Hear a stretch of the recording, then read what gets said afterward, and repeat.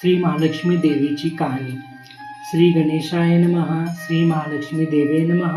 ओम श्रीं क्लूं ओम धनदेहि मां. ओम धनदाय नमस्तुभ्यं.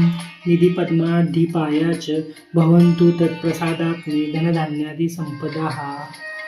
मन लावून ऐकावी, ध्यानी ठेवावी. महालक्ष्मी देवीची कहाणी. द्वापार युगाची अधिष्ठानी, सौराष्ट्र देशाची मोहिनी श्री महालक्ष्मी देवी. आटपाट नगर होतं. नगराचा एक राजा होता. राजाचं नाव होतं भद्रशवा. तो दयाळू होता, शूर होता, प्रजादक्ष होता, देवाब्राह्मणांना साधू संतांना सुखावित होता. राजाच्या राणीचं नाव सूरजचंद्रिका होतं. नाव चांगलं, पण स्वभावात अहंकार. मागील जन्मी ती एक वैश्याची पत्नी होती. तिचं नवऱ्याशी भांडण होईल. भांडणानं वैतागली, रागाने घराबाहेर पडली. चालत चालत अनवाणी रानात आली. तिथं तिला दिसल्या सुवासिनी. त्या करीत होत्या लक्ष्मीचं व्रत. ती तिनं पाहिलं. त्यांच्याबरोबर तिनंही व्रत केलं. दुःख विसरली, दारिद्र्य गेलं, परिस्थिती सुधारली. देवीची भक्ती फळाला आली. कालांतराने ती मरण पावली. पुढे तिचा पुनर्जन्म झाला. स्त्रीचा जन्म पुन्हा मिळाला, पण भाग्य उजाळलं. भद्रशवा राज्याशी तिचा विवाह झाला. ऐश्वर्यात लोळू लागली. गर्वानं ती फुगली, गरिबांना विसरली, तोऱ्या ताट्यानं फुगली, दासदासींवर रागवली. एकदा काय झालं, देवीच्याही मनात आलं, राणीला आपण भेटावं, मागच्या जन्माची आठवण द्यावी, ओळखते की नाही ती बघावं. राणी राजवाड्यात सुखाने राहत होती. राजाही कौतुक करी, तिचे लाड पुरवे. त्या दोघांना पुढे 7 पुत्र, 1 कन्या झाली.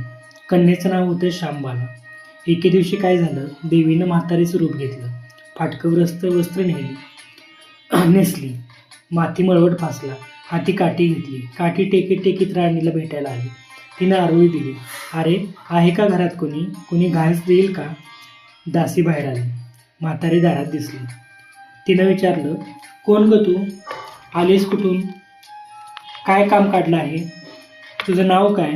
गाव कोणतं? तुला हवंय काय? मधून खोपरत हळू आवाजात म्हातारी सांगू लागली, माझं नाव कमला. द्वारकेहून आले ग, राणीला भेटायचं आहे. कुठं आहे ग राणी? दासी म्हणाली, राणीसाहेब महालात आहेत, सख्यांशी गप्पा मारत आहेत. त्यांना सांगितलं तर माझ्यावर रागवतील. तुला ग त्या कशा भेटणार? काय तुझा हा अवतार? तुला पाहून माझ्यावर ओरडतील, उणं बोलतील. त्यांच्या सख्या तुला हसतील. तू जरा आडोशाला बैस, मैत्रिणी गेल्या म्हणजे मी त्यांना सांगते. म्हातारी रागवली, मनोमन संतापली. तुझी राणी पैशाला बाळली, माणुसकी विसरली, दरिद्री मेली. आज झाली राणी, पण देवीला विसरली. माझ्यामुळेच ना.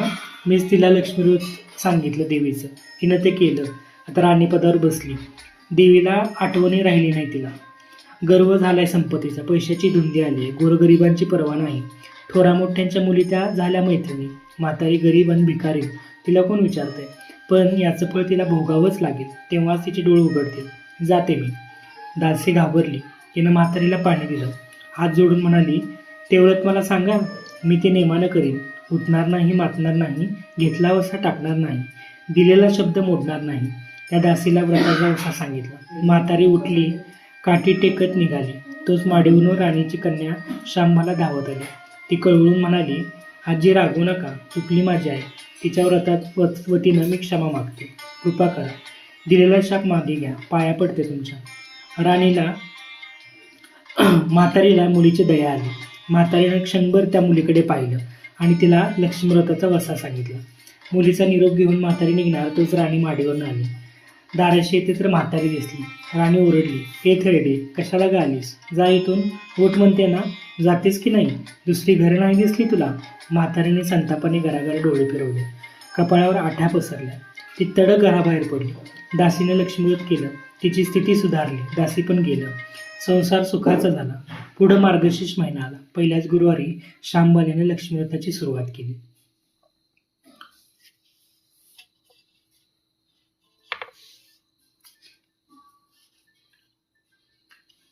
सगळे नेमधर्म पाळले. 4 गुरुवार तिनं लक्ष्मीव्रत केलं. शेवटच्या गुरुवारी यथासांग उद्यापन झालं. सिद्धेश्वर राजाचा पुत्र मालाधर, त्याच्याशी शांबलेचा विवाह झाला. राजवैभवातील शांबलेला राजवैभव मिळाले. हा होता लक्ष्मीव्रताचा प्रभाव. सुखात समाधानानं संसार चालू होता. भद्रश्रवावर सूर्यचंद्रका राणीचे मात्र भाग्य फिरले. शत्रूने राज्यावर चाल केली. भद्रश्रवा राज्य लुबाडलं. सूर्यचंद्रिकेचं राणीपद गेलं. भद्रश्रवाला वाईट वाटलं.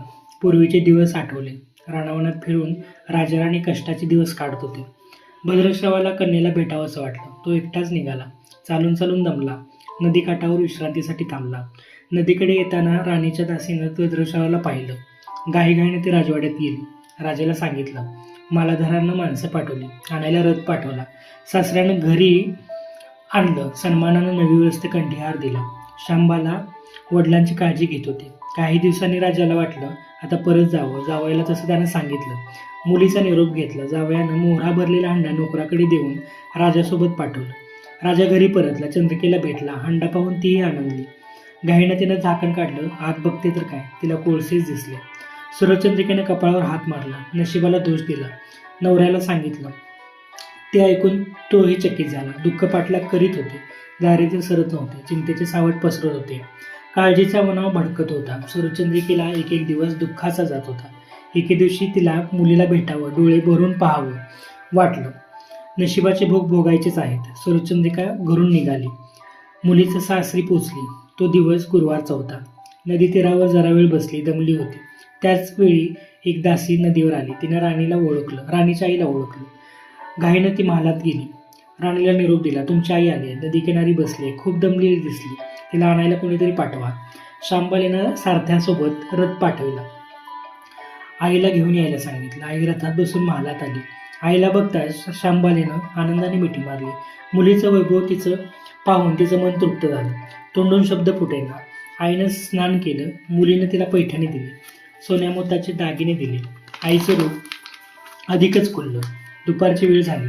शांबालीनं भक्तिभावाने लक्ष्मीची पूजा केली. आरती झाली. धूपदीपांचा वास दरवळला. शांबालीचा कडकडीत उपवास होता. भोजनाची तयारी झाली. तिनं आईला जेवायला बोलवलं. सूर्यचंद्रिका पाठावर येऊन बसली. पण ती एकदम शांत होती. तिला मागचा जन्म आठवला. लक्ष्मीदेवीच्या कृपेने या जन्मी ती राणी झाली होती. ती म्हणाली, श्यामा, मी देखील तुझ्यासोबत उपवासच करेन. श्यामा ठीक आहे असं म्हणाली. मार्गशीर्ष महिना होता. मुलीनं 4ही गुरुवार व्रत केले. ते आईनं पाहिलं. तीही उपवास करू लागली. देवीला भक्तिभावानं प्रार्थना करत होती. महिना संपला. घरी जायचा विचार ठरला. पोचायला शांबाला सोबत गेली. 4 दिवसांनी शांबाला निघाली. मालाधर राजाने पाठवलेला पैशाचा अंडा घेतला. त्यात मीठ भरलं. तो नोकराजवळ देऊन पुन्हा ती सासरी आली. गप्पा मारता मारता वेळ कसा जात होता याचे भान तिला नव्हते. मालाधारानं विचारलं, माहेरून काय आणलंस? शांबालीने सोबत आणलेल्या अंड्याकडे बोट दाखवलं. मालाधारानं उत्सुकतेनं झाकण काढलं. त्यात त्याला काय दिसले? मिठाचे खडे. अगं वेडे, मिठाचे खडे कशाला आणलेस? इथं नाही मिळत मीठ. मीठ मिळतं ना, पण हे मीठ माझ्या समुद्र तीरावरचं दूरवर माझ्या वडिलांचं राज्य होतं तिथलं मीठ आहे ते. वडिलांचं राज्य सौराष्ट्रात होतं. त्या शेजारच्या समुद्राचं आहे मीठ. समुद्र किनाऱ्यावर दूरवर माझ्या वडिलांचं राज्य होतं. पण आज शांबालीच्या सांगण्याची खोज राजाने हेरली. तो विचारात गुंगला. शांबाली म्हणाली, हे मीठ जीवनाचं अमृत आहे. अन्नाला चव येते ते मिठानंच. मीठ नसलेला पदार्थ अळणी. ज्याचं मीठ खावं त्याच्याशी इमानी राहावं. त्याचं रक्षण करावं. कामात कसूर झाली तर प्रसंगी प्राणही द्यावे. मालाधर राजा निश्चयानं उठला. त्यानं आपले सेवक सासऱ्याकडे पाठवले. त्यांना बोलवून घेतलं. भद्रश्रवा काय झालं कळलं नाही. ताबडतोब जावईकडे तो आला. दोघांची गुप्त बैठक झाली. विचार पक्का ठरला. भद्रश्रवानं अनुमती दिली. मालाधरनं मुख्य सेनापतीला तात्काळ भेटावायला बोलवलं. सेनापती आले. त्यांनी मालाधराला वंदन केलं. आज्ञा करावी महाराज. ते म्हणाले, भद्रश्रवाचं राज्य जिंकलेल्या शत्रूंवर ताबडतोब स्वारी करा.